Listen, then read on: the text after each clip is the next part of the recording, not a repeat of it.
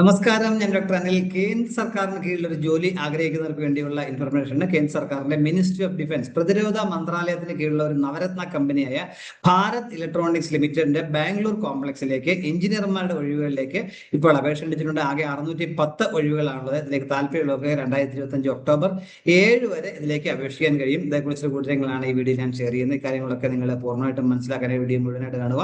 അതുപോലെ നിങ്ങളുടെ കൂട്ടുകാരെ ഷെയർ കൊടുക്കാനും മറക്കരുത്. ഇതിന്റെ വിശദാംശങ്ങൾ നമുക്ക് പരിശോധിച്ച് നോക്കാം. ഞാൻ പറഞ്ഞ പോലെ ഭാരത് ഇലക്ട്രോണിക്സ് ലിമിറ്റഡ് എന്നുള്ളത് കേന്ദ്ര സർക്കാരിന്റെ പ്രതിരോധ മന്ത്രാലയം മിനിസ്ട്രി ഓഫ് ഡിഫൻസിന്റെ കീഴിലുള്ള ഒരു നവരത്ന കമ്പനിയാണ് എന്ന കാര്യം പ്രത്യേകം മനസ്സിലാക്കുക. വേക്കൻസികൾ ഡീറ്റെയിൽസ് പറയുകയാണെങ്കിൽ ട്രെയിനി എഞ്ചിനീയർ പോസ്റ്റിലേക്കാണ് ഇപ്പോൾ അപേക്ഷ ക്ഷണിച്ചിരിക്കുന്നത്. ഇത് 2 കാറ്റഗറി ആയിട്ടാണ്. ഒന്നാമത്തെ TEBG എന്നുള്ള കോഡും മറ്റേ TEEM എന്നുള്ള കോഡുമാണ്. അപ്പൊ ആദ്യത്തെ കാറ്റഗറിയിലേക്ക് 458 പോസ്റ്റുകളാണുള്ളത്.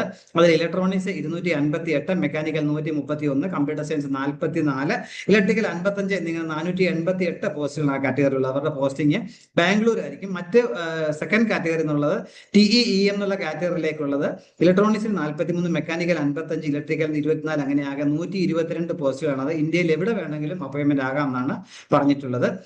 അപ്പൊ ഇതിനോട് യോഗ്യത പറഞ്ഞിട്ടുള്ളത് BE അല്ലെങ്കിൽ BTech അല്ലെങ്കിൽ BSc എഞ്ചിനീയറിംഗ് 4 വർഷത്തെ എഞ്ചിനീയറിംഗ് ബിരുദം ഉള്ളവർക്ക് അപേക്ഷിക്കാൻ കഴിയും. പാസ് മാർക്കേ പറഞ്ഞിട്ടുള്ളൂ എന്ന കാര്യം പ്രത്യേകം ശ്രദ്ധിക്കുക.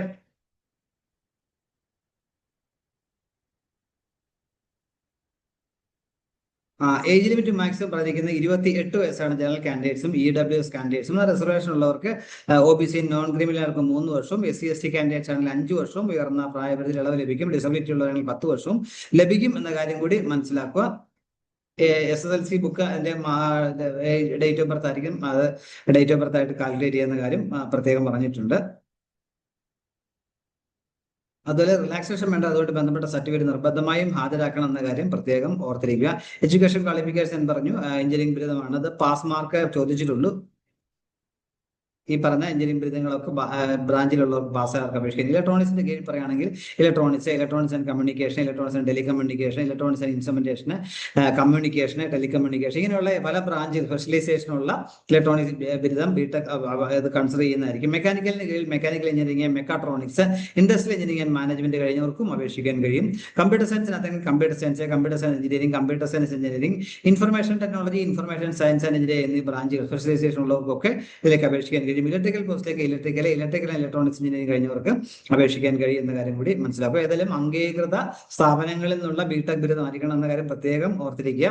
അതുപോലെ നിങ്ങൾ അപ്ലൈ ചെയ്യുന്ന സമയത്ത് നിങ്ങളുടെ ഫൈനൽ മാർക്ക് ലിസ്റ്റും പ്രൊഫഷണൽ ഡിഗ്രി സർട്ടിഫിക്കറ്റും നിർബന്ധമായും കയ്യിലുണ്ടായിരിക്കണം. അതിന്റെ പെർസെന്റേജും ക്ലാസ് നിങ്ങൾ വ്യക്തമായും ആപ്ലിക്കേഷൻ ഫോമിൽ രേഖപ്പെടുത്തിയിരിക്കണം എന്ന കാര്യം കൂടി ഓർത്തിരിക്കുക.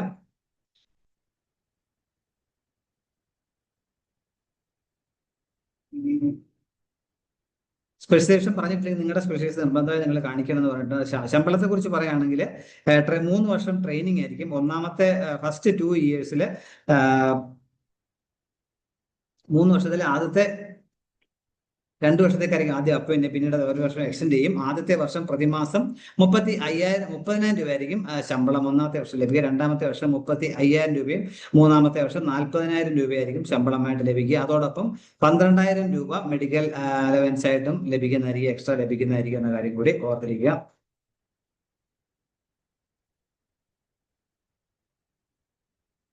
ഇപ്പം ആദ്യം പറഞ്ഞിരിക്കുന്ന കാറ്റഗറിയിലുള്ള പോസ്റ്റ് ബാംഗ്ലൂർ ആയിരിക്കും. ബാക്കിയുള്ള പോസ്റ്റുകളൊക്കെ ഇന്ത്യയിൽ എവിടെ വേണമെങ്കിലും നിങ്ങളെ നിയമനം ലഭിക്കാം എന്ന കാര്യം കൂടി മനസ്സിലാക്കുക.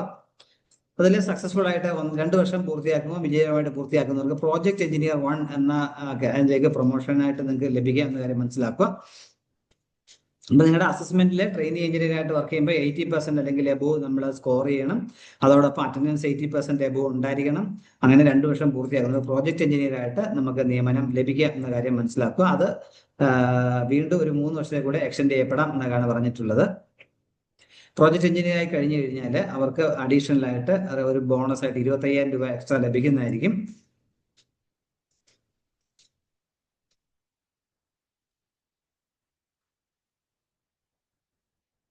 അതിന്റെ ഡ്യൂട്ടീസ് എന്തൊക്കെയാണെന്നുള്ള കാര്യങ്ങളും പ്രത്യേകം ഓരോ പോസ്റ്റിന്റെയും 2 കാറ്റഗറി ഉണ്ട്. ഒന്ന് ബാംഗ്ലൂരും മറ്റേ ആക്കിലെ ഓൾ ഇന്ത്യ ലെവലുമാണ് അത് കൊടുത്തിട്ടുണ്ട്. അത് എങ്ങനെ അപേക്ഷിക്കാൻ പറ്റുന്നത് നമുക്ക് നോക്കാം. അത് ഓൺലൈനായിട്ട് വേണം അപേക്ഷിക്കാനായിട്ടുള്ളത്.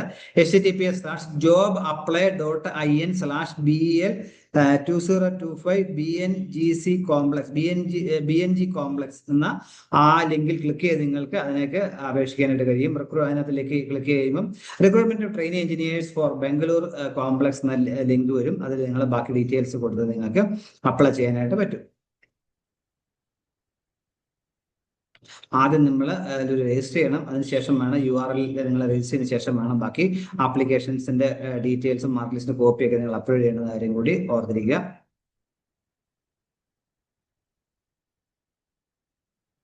സെലക്ഷൻ പ്രൊസീജിയർ സ്ക്രീനിങ് ഉണ്ടായിരിക്കും. സ്ക്രീൻ ചെയ്ത് കഴിഞ്ഞ് അതിൽ സെലക്ട് ചെയ്യപ്പെടുന്നവരെ റിട്ടേൺ ടെസ്റ്റിനായിട്ട് ക്ഷണിക്കും. റിട്ടേൺ ടെസ്റ്റിന്റെ സെന്റർ ബാംഗ്ലൂർ മാത്രമേ ഉള്ളൂ എന്ന കാര്യം മനസ്സിലാക്കുക. അതിന്റെ ഡേറ്റും കൊടുത്തിട്ടുണ്ട്. ഇലക്ട്രോണിക്സ് ബ്രാഞ്ചിലുള്ളവർക്ക് ഒക്ടോബർ 25-ാം തീയതിയും മെക്കാനിക്കൽ ബ്രാഞ്ചിലുള്ളവർക്കും ഒക്ടോബർ 25-ാം തീയതിയും കമ്പ്യൂട്ടർ സയൻസ്, ഇലക്ട്രിക്കൽ എന്നീ ബ്രാഞ്ചുകളിലുള്ളവർക്ക് ഒക്ടോബർ 26-നായിരിക്കും റിട്ടേൺ ടെസ്റ്റ് നടക്കുക എന്ന കാര്യം ഓർക്കുക. റിട്ടേൺ ടെസ്റ്റിന് ഒരു സെന്റർ മാത്രമേ, ബാംഗ്ലൂർ മാത്രമേ സെന്റർ ഉണ്ടായിരിക്കുകയുള്ളൂ എന്ന കാര്യം മനസ്സിലാക്കുക. റിട്ടേൺ ടെസ്റ്റിന് 90 മാർക്കായിരിക്കും ഉണ്ടായിരിക്കുക എന്ന കാര്യം. 90 മിനിറ്റ്, 1.5 മണിക്കൂറുള്ള പരീക്ഷയ്ക്ക് 85 ചോദ്യങ്ങളായിരിക്കും ഉണ്ടായിരിക്കുക. തെറ്റായ ഉത്തരത്തിന് -1/4 മാർക്ക് ഡിഡക്ട് ചെയ്യുന്നു പറഞ്ഞിട്ടുണ്ട്. ഡിസബിലിറ്റി നേരത്തെ പറഞ്ഞ റിട്ടേൺ ടെസ്റ്റ് ബാംഗ്ലൂർ സെന്ററിൽ മാത്രമേ ഉണ്ടായിരിക്കും. അപേക്ഷാ ഫീസ് ഉണ്ട്. ജനറൽ കാൻഡിഡേറ്റ്സ്, അതുപോലെ OBC കാൻഡിഡേറ്റ്സ്, EWS അങ്ങനെ കാൻഡിഡേറ്റ്സിന് 177 രൂപയാണ് അപേക്ഷാ ഫീസ്. അതായത് 150 രൂപ HRA-മാണ്. എന്നാൽ SC/ST-കാരായുള്ളവർക്കും ഡിസബിലിറ്റി ഉള്ളവർക്കും ഫീസ് കൊടുക്കുന്നവരെ ഒഴിവാക്കേണ്ട ബാക്കി എല്ലാവരും 177 രൂപ അപേക്ഷാ ഫീസായിട്ട് നൽകണം. നിങ്ങൾക്ക് ഓൺലൈനായിട്ട് തന്നെ അടയ്ക്കാനായിട്ട് പറ്റും എന്ന കാര്യം കൂടി ഓർത്തിരിക്കുക. സ്റ്റേറ്റ് ബാങ്ക് കണക്ട് വഴി നിങ്ങൾക്ക് അതിലേക്ക് അപേക്ഷിക്കാനായിട്ട് പറ്റും, ഫീസ് അടയ്ക്കാനായിട്ട് പറ്റും. അതിൽ ആപ്ലിക്കേഷൻ പോകുന്ന സമയത്ത് നമ്മുടെ റീസെന്റ് ആയിട്ട് colour passport size photograph, SSLC, അതുപോലെ +2, അതുപോലെ ഡിഗ്രി അതിന്റെ മാർക്ക് ലിസ്റ്റിന്റെ കോപ്പി, പ്രൊഫഷണൽ സർട്ടിഫിക്കറ്റും നിർബന്ധമായും അപ്ലോഡ് ചെയ്യേണ്ടതായിട്ടുണ്ട്. അതുപോലെ റിസർവേഷൻ ആനുകൂല്യങ്ങൾ വേണ്ട അതുമായിട്ട് ബന്ധപ്പെട്ട സർട്ടിഫിക്കറ്റും അപ്ലോഡ് ചെയ്യണം എന്ന കാര്യം കൂടി ഓർത്തിരിക്കുക.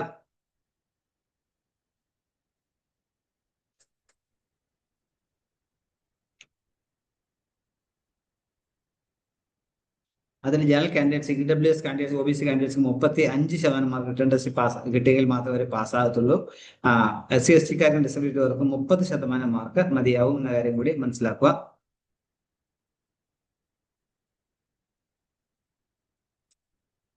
പ്രത്യേകം ശ്രദ്ധിക്കുക, കുറേ പോസ്റ്റുകൾ ഇന്ത്യയിൽ എവിടെ വേണമെങ്കിലും നിയമനം ലഭിക്കും. അപ്പോൾ എക്സ്റ്റൻസീവായിട്ട് നമ്മൾ ഡിഫറെന്റ് പ്ലേസ് ട്രാവൽ ചെയ്യാൻ റെഡി ആയിരിക്കണം എന്ന കാര്യം കൂടി ഓർത്തിരിക്കുക. അപ്ലൈ ചെയ്യുന്നതിന് മുമ്പ് നിങ്ങളുടെ ഇമെയിൽ ID, മൊബൈൽ നമ്പർ നിർബന്ധമായും ഉണ്ടായിരിക്കണം, വാലിഡ് ആയിട്ടുള്ളത്. കാരണം ഈ സെലക്ഷൻ പ്രോസസ്സിൽ പല കാര്യങ്ങളും നിങ്ങൾ ഇമെയിൽ വഴിയും മൊബൈൽ SMS വഴിയൊക്കെ ആയിരിക്കും അറിയിക്കുക. അതുകൊണ്ട് നിങ്ങൾ തീർച്ചയായും നിർബന്ധമായും വാലിഡ് ആയിട്ടുള്ള മൊബൈൽ നമ്പറും ഇമെയിൽ ID നിർബന്ധമായും ഉണ്ടായിരിക്കണം.